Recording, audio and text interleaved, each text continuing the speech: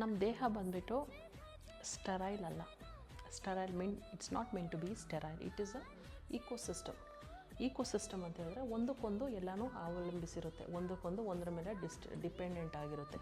ಇದನ್ನು ಈಕೋಸಿಸ್ಟಮ್ ಅಂತ ಹೇಳ್ತೀವಿ. ನಮ್ಮ ಬಾಡಿಯಲ್ಲಿ ಬ್ಯಾಕ್ಟೀರಿಯಾ ಆಗಿರ್ಬೋದು, ಫಂಗೈ ಆಗಿರ್ಬೋದು, ವೈರಸ್ಸು, ಪ್ಯಾರಾಸೈಟ್ಸು, ಇದೆಲ್ಲನೂ ಒಂದು ಬ್ಯಾಲೆನ್ಸ್ ಅಮೌಂಟಲ್ಲಿ ನಮ್ಮ ಬಾಡಿಯಲ್ಲಿ ಇರಬೇಕು. ಯಾವಾಗಿದು ಓವರ್ ರಿಯಾಕ್ಟ್ ಆಗಿರ್ಬೋದು, ಜಾಸ್ತಿ ಆಗಿರ್ಬೋದು, ಕಮ್ಮಿ ಆಗಿರ್ಬೋದು, ಬ್ಯಾಲೆನ್ಸ್ ತಪ್ಪಿದಾಗ ಇಲ್ಲಿ ಎಲ್ಲ ಕಾಯಿಲೆಗಳು ಬರುತ್ತೆ. ಫಾರ್ ಎಕ್ಸಾಂಪಲ್ ನಾವು ಇವಾಗ ವೈಟಮಿನ್ B12 ಇದ್ರ ಬಗ್ಗೆ ನಾನು ಹೇಳ್ತೀನಿ.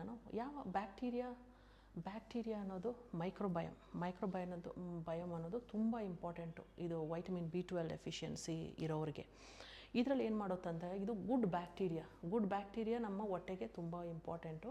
ಗುಡ್ ಬ್ಯಾಕ್ಟೀರಿಯಾ ಯಾವ ರೀತಿ ಪಡಿಬೋದು ಅಂತ ಹೇಳಿದ್ರೆ, ನಮ್ಮದು ಪ್ರೋಬಯೋಟಿಕ್ಸ್ ಅಂತ ಹೇಳ್ತಾರಲ್ಲ, ಯಾವುದ್ರಲ್ಲಿ ಬರುತ್ತೆ ಬ್ಯಾಕ್ಟೀರಿಯಾಸು, ಒಳ್ಳೆ ಬ್ಯಾಕ್ಟೀರಿಯಾ ಯಾವುದ್ರಲ್ಲಿಯೂ ಕ್ರಿಯೇಟ್ ಮಾಡ್ಬೋದು.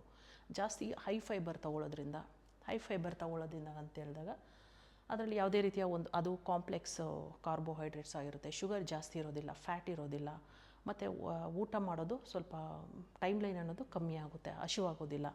ಸೊ ಇದೆಲ್ಲ ನಾವು ಯಾಕೆ ಅಂತ ಹೇಳಿದ್ರೆ, ಇದ್ರ ಮುಖಾಂತರ ನಾವು ಒಳ್ಳೆ ಗುಡ್ ಬ್ಯಾಕ್ಟೀರಿಯಾಗಳನ್ನ ನಾವು ಪಡ್ಕೊಬೋದು. ಯಾವಾಗ ಬಾಡಿಯಲ್ಲಿ ಗುಡ್ ಬ್ಯಾಕ್ಟೀರಿಯಾ ಅನ್ನೋದು ಜಾಸ್ತಿ ಆಗುತ್ತೋ ಆವಾಗ ವೈಟಮಿನ್ B12 ಡೆಫಿಷಿಯನ್ಸ್ ಅನ್ನೋದು ಆಟೋಮೆಟಿಕ್ಲಿ ಕಮ್ಮಿ ಆಗುತ್ತೆ. ನಮ್ಮದು ಮೇಯ್ನ್ ಫೋಕಸ್ ಏನಂತ ಹೇಳಿದ್ರೆ, ಇಲ್ಲಿ ಗುಡ್ ಬ್ಯಾಕ್ಟೀರಿಯಾನ ಜಾಸ್ತಿ ಮಾಡ್ಕೊಬೇಕು. ಗುಡ್ ಬ್ಯಾಕ್ಟೀರಿಯಾ ಯಾವುದಿರ್ಬೋದು, ಯಾವ ರೀತಿ ನೀವು ಜಾಸ್ತಿ ಮಾಡ್ಕೊಬೋದು ಅನ್ನೋದನ್ನು ನಾನು ನೆಕ್ಸ್ಟ್ ವೀಡಿಯೋದಲ್ಲಿ ಹೇಳ್ತೀನಿ.